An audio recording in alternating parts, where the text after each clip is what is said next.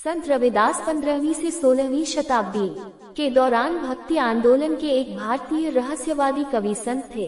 2-3 उत्तर प्रदेश, बिहार, राजस्थान, गुजरात, महाराष्ट्र, मध्य प्रदेश, पंजाब और हरियाणा के आधुनिक क्षेत्रों में एक गुरु, आध्यात्मिक शिक्षक के रूप में सम्मानित वे एक कवि, समाज सुधारक और आध्यात्मिक व्यक्ति थे। रविदास के जीवन के विवरण अनिश्चित और विवादित हैं।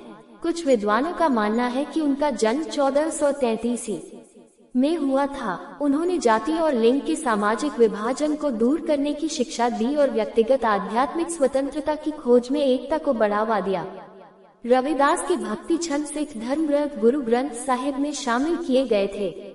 3-4 हिंदू धर्म के भीतर दादू पंथी परंपरा के पंचवाणी पाठ में भी रविदास की कई कविताएं शामिल हैं। 2 वह रविदासिया धार्मिक आंदोलन के भीतर केंद्रीय व्यक्ति भी हैं। रविदास के जीवन के बारे में विस्तृत जानकारी नहीं है।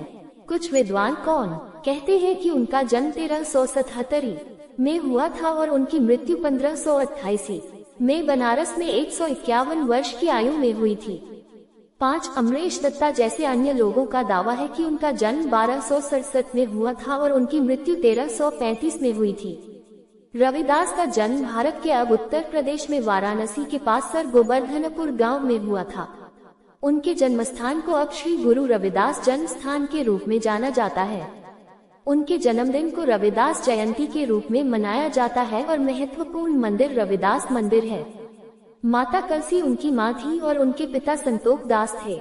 साथ उनके माता पिता चमड़े का काम करने वाले चमार समुदाय से थे, जो एक अछूत जाति थी।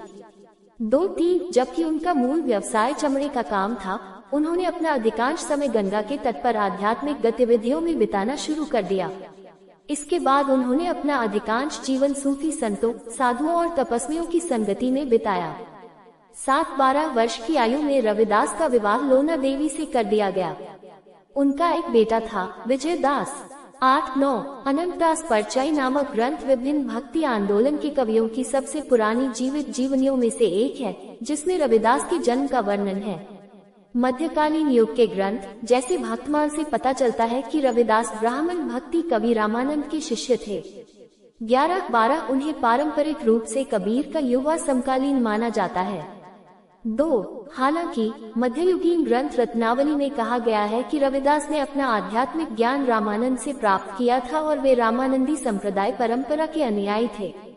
11-12-13 उनके विचार और प्रसिद्धि उनके जीवन काल में बढ़ी और ग्रंथों से पता चलता है कि ब्राह्मण उनके सामने झुकते थे।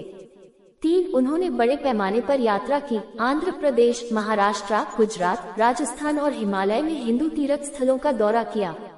उन्होंने सर्वोच्च प्राणियों के सगुण गुणों छवि के साथ रूपों को त्याग दिया और सर्वोच्च प्राणियों के निर्गुण गुणों के बिना अमूर्त रूप पर ध्यान केंद्रित किया। 7 जैसा कि क्षेत्रीय भाषाओं में उनके काव्य भजनों ने दूसरों को प्रेरित किया। विभिन्न पृष्ठभूमि के लोगों ने उनकी शिक्षाओं और मार्गदर्शन की मांग की। अधिकांश विद्वानों का मानना है कि रविदास सिख धर्म के संस्थापक गुरु नानक से मिले थे। 3 सिख धर्म ग्रंथ में उनका सम्मान किया जाता है और रविदास की 41 कविताएं आदि ग्रंथ में शामिल हैं। ये कविताएं उनके विचारों और साहित्यिक कार्यों के सबसे पुराने प्रमाणित स्रोतों में से एक हैं। 2-3 रविदास के जीवन के बारे में किंवदंतियों और कहानियों का एक और पर्याप्त स्रोत सिख परंपरा में प्रेम बोध है। 14 ये ग्रंथ रविदास की मृत्यु के 170 साल बाद 1693 में रचा गया था, जिसमें उन्हें भारतीय धार्मिक परंपरा के 17 संतों में से एक के रूप में शामिल किया गया है। 14-17वीं शताब्दी के नाभादास के भक्तमाल और अनंतदास के परकाइस दोनों में रविदास पर अध्याय हैं।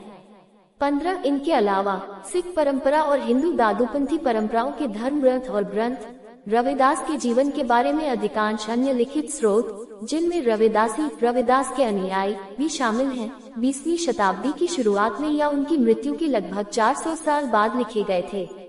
Opening square bracket